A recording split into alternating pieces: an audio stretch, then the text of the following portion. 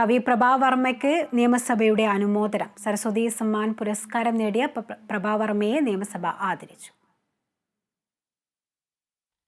മലയാളിക്ക് എക്കാലത്തും അഭിമാനിക്കാവുന്ന നേട്ടമാണ് പ്രഭാവർമ്മയിലൂടെ മലയാളത്തിനുണ്ടായതെന്നും കവിക്കൊപ്പം നാടും ഭാഷയും കൂടിയാണ് ആദരിക്കപ്പെട്ടതെന്നും സ്പീക്കർ AN ഷംസീർ അനുമോദന പ്രസംഗത്തിലൂടെ പറഞ്ഞു. പ്രഭാവർമ്മയിലൂടെ മലയാള ഭാഷ ധന്യയാക്കപ്പെട്ടെന്നും സ്പീക്കർ പറഞ്ഞു.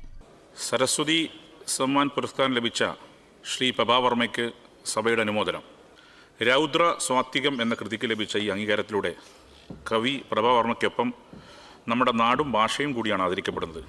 പാരമ്പര്യത്തെയും ആധുനികതയെയും സംയോജിപ്പിക്കുന്ന ശക്തി ചൈതന്യങ്ങളുടെ കണ്ണി എന്ന നിലയിൽ കാവ്യചരിത്രം അടയാളപ്പെടുത്തിയിട്ടുള്ള കാവ്യ വ്യക്തിത്വത്തിനുടമയാണ് പ്രഭാവർമ്മ.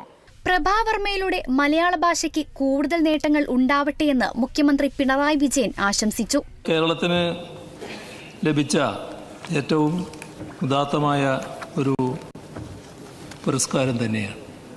പ്രഭാവർമ്മയിലൂടെ നമ്മുടെ നാടും നമ്മുടെ മലയാള ഭാഷയും ധന്യമാക്കപ്പെട്ടിരിക്കുന്നു എന്നുള്ളതാണ് ഇതിലൂടെ വ്യക്തമാകുന്നത്. പ്രഭാവർമ്മക്ക് ഇനിയും കൂടുതൽ ഇത്തരം സംഭാവനകൾ നൽകാൻ കഴിയുമാറാകട്ടെ എന്ന് ആശംസിക്കുന്നു. വ്യത്യസ്തങ്ങളായ വഴികളിലൂടെ സാഹിത്യ സഞ്ചാരം നടത്തുന്ന വ്യക്തിയാണ് കവി പ്രഭാവർമ്മയെന്നും പുരാണേതിഹാസങ്ങളെ അധികരിച്ചുള്ള അദ്ദേഹത്തിന്റെ രചനകൾ മറ്റു ഭാഷകളിലെ രചനകളെ വിസ്മയിപ്പിക്കുന്നതാണെന്നും പ്രതിപക്ഷ നേതാവ് VD സതീശൻ അഭിപ്രായപ്പെട്ടു.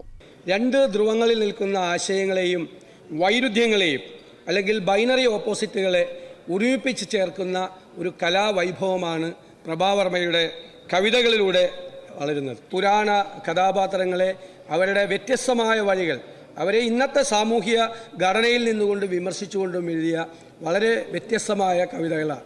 ആ കവിതയാണ് ഇവിടെ ആദരിക്കപ്പെട്ടിരിക്കുന്നത്. സഭയുടെ കാര്യപരിപാടിയിൽ ഉൾപ്പെടുത്തിയാണ് പ്രഭാവർമ്മയെ ആദരിച്ചത്. Kerala vision news, Thiruvananthapuram.